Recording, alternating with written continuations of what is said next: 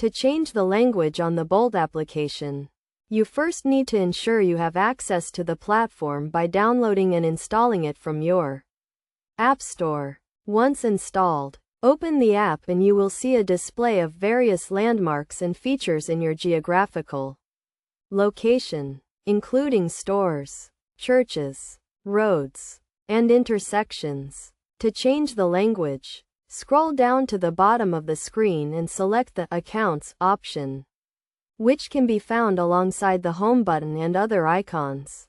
In the Accounts section, you will see your personal information, login and security details, and other options, including language and communication preferences. Select the language option, and a drop-down menu will appear, offering a wide range of languages to choose from. Simply select your preferred language, such as English, Spanish, French, or Dutch, and you're all set. This allows you to customize the app to your native language or the language of your choice, making it more convenient to use.